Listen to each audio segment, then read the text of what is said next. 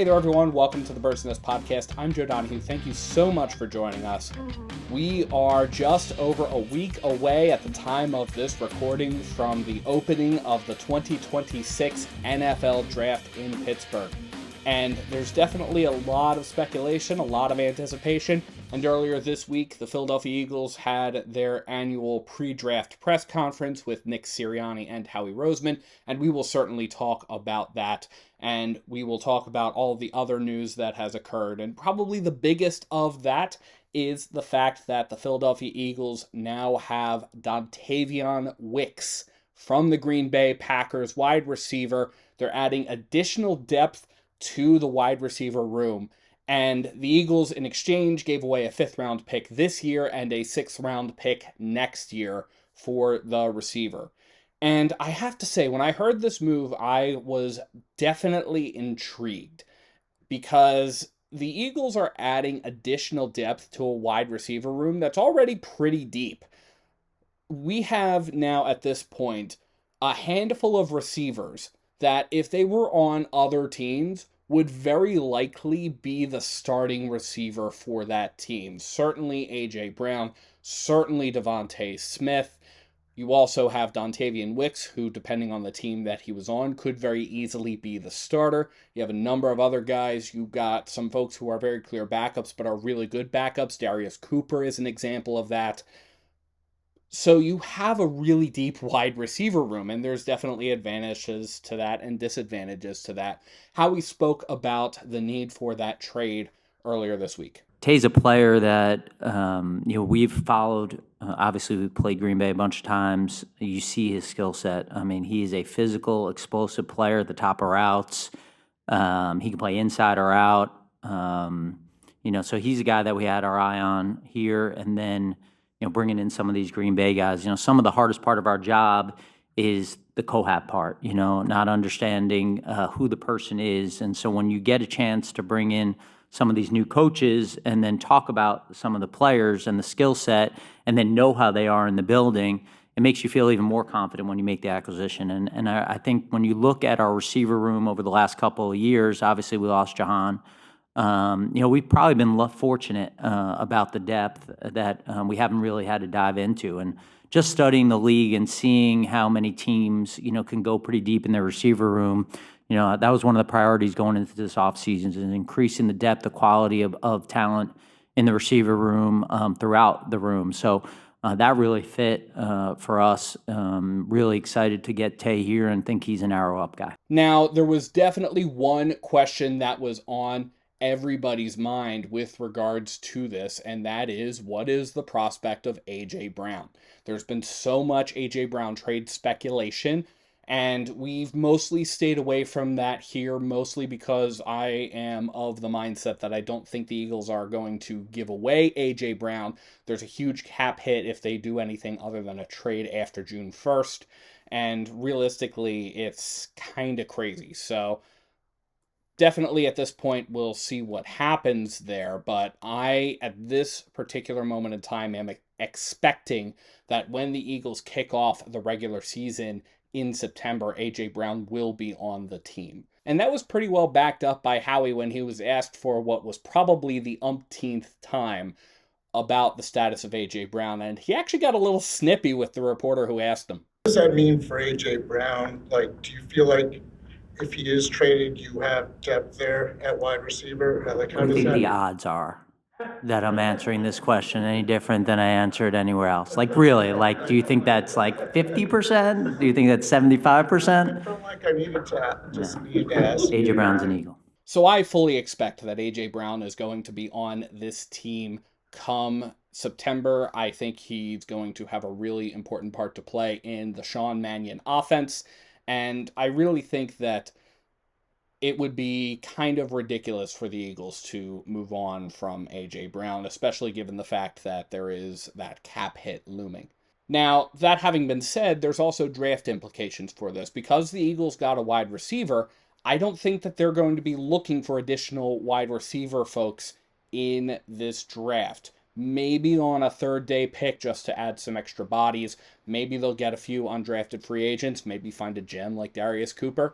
But realistically speaking, I don't think that the Eagles are going to be in the market for a wide receiver. Now, that having been said, who are they going to be in the market for? Well, I think that at the outset, the Philadelphia Eagles are going to be focusing on the offensive line. The Philadelphia Eagles have a long history of building out from the trenches, and we're going to want to make sure that we give the Eagles a new offensive line coordinator, especially now that Jeff Stoutland is effectively retired. He still has probably some kind of an informal role, maybe as a consultant with the team. But Chris Kiper, as the new offensive line coach, is going to want to make sure that he's got a pretty solid status on who is going to be on the offensive line and how he's going to want to continue that focus there. So I do think that the Eagles will probably wind up going offensive line in that early round. They could surprise us and go defensive line, but I think maybe the bigger need is going to be on offensive line, especially finding who would be that heir apparent for somebody like Lane Johnson. And as I take a look at the draft class, I think that there's a pretty good target in Maxi Hanacho. Maxi Hanacho is probably one of the leading guys to go late in the first round, and he has been mocked to fall around the Eagles' pick. So I do think that the Eagles could easily make a move for him if he is in that range of the Eagles' pick in the first round. Maxi Hanacho is somebody who's got a lot of quickness. He ran a 4.91 in the 40-yard dash, which was one of the faster times for offensive tackles that were invited to the combine. He has a lot of ability when it comes to his technique and combo blocks. He's somebody who really could spend some time developing behind a guy like Lane Johnson. And I do think that if you're looking for an heir apparent to Lane Johnson, Maxi Hanacho could be that guy. You also have somebody like Blake Miller who could really fit in with the Eagles' offensive line as well at tackle. So certainly Blake Miller could be a really strong pick for the Philadelphia Eagles in that first round as well. There are definitely some other prospects for the Eagles there, but I think that that's one of the best ones for the Philadelphia Eagles. The other position that I think the Eagles need to start looking for an heir apparent for is tight end. The Eagles don't really have a current tight end on their roster that could be the heir apparent for Dallas Goedert. I like the guys that are in that tight end room, but the Eagles are definitely going to have to start thinking about what's coming down the pipeline at that position. And this is around the time when the Eagles have done that in the past. In 2018, the Eagles drafted Dallas Goedert, and a couple years later, the Eagles moved on from Zach Ertz. So Zach Ertz was kind of approaching that 10-year mark. So with Dallas Goedert approaching that 10-year mark himself, it's time to make sure that the Eagles have a really solid heir apparent at that position. So I called up Mel Kiper on the phone, and Mel Kiper, draft analyst for ESPN, and we spoke about some names, and we kept coming back to one who really could be a good fit for the Eagles, especially in a day two kind of draft pick. The guy I really like, and I'm kind of saying, I like Oscar Delp. I think Oscar Delp's going to be a really good tight end. I mean, he would have been a much higher pick had they used him more. Because even Brock Bowers, when Brock was there, was raving about this kid. So, and the talented athlete that he is. So, Delp's a kid. You get him in the third round, a kid with 6'5", 243 pounder, ran 4.47. And hell, this is how underutilized show. Kentucky game, I'm watching that this year. He's got a catch, 36-yard reception. 25 of the 36 yards came after the catch. That was his only reception of the game. Yeah. They would run him down the field. They were throwing shorter passes to the other guys, like Zachariah Branch caught a lot of underneath stuff. They had another tight end, Lawson Lucky, but he was just very underutilized. Oscar Delp was, for the kind of talent he possessed.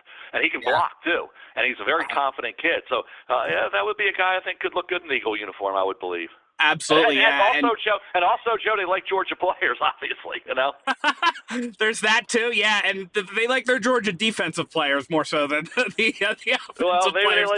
They like that program, like but it's fallen tight end with this kid because they have a history of doing this type of thing. So they got that Georgia Bulldog pipeline going there. So, if they want to go that route, they could go, like say Stowers is strictly an H-back. He doesn't block well at all, the kid from Vanderbilt. And Sadiq's going to go in the top 15 more than likely. So, Yeah. to me, it gets down to that type of player at that point. And if you want just blockers, Borkercher's a really good blocker. So I mentioned some of those guys. But, it's a good year to get a guy who could be an heir apparent to Goddard, no question. Now, that's not the only name to keep an eye on. Brian Baldinger really likes Kenyon Sadiq in the draft as well, but there are definitely some other names. But the fact that we kept revisiting Oscar Delp in the course of the conversation really makes him stand out. The other position the Eagles could use an early round pick on is edge rusher, and there's definitely a couple of names to keep an eye on. Danny Dennis Sutton from Penn State could easily go on day 2. The Eagles actually wound up hosting him for a top 30 visit, which is definitely a sign of interest in that player. You also have Gabe Jackas from Illinois, somebody who could be a factor there, and Romello Height from Texas Tech. He would potentially be more of a third rounder, and the Eagles also hosted him for a top 30 visit. So definitely there are a number of folks that the Eagles are interested in, and I think that those are the 3 biggest needs: offensive tackle, tight end, and edge rusher. And I think the Eagles will probably wind up going tackle in the first round, and then you can take your pick with regards to tight end or edge on a day 2 pick. And then day 3, you can use that to find some other folks, maybe to backfill some other positions. But let me know what you think in the comments below. What were your thoughts about the Dontayvion Wicks trade? Who do you think the Eagles should draft next week? It's hard to believe that the draft is right around the corner. Let me know. And thank you so much to everyone for tuning into the Bird's Nest podcast. You can support the Bird's Nest podcast by liking and subscribing to Bird's Nest Media right here on YouTube, as well as by sharing on your social media pages. You can also find us on SoundCloud, iTunes, Amazon Podcasts, Spotify, the Odyssey app, and iHeartRadio, pretty much anywhere you get your podcasts. Please visit birdsnestmedia.com for additional Eagles and NFL coverage, and if you feel so inclined to support us in a different way, you can find the link to our Patreon in the description below or at birdsnestmedia.com. Thank you so much for tuning in, and let's go Eagles!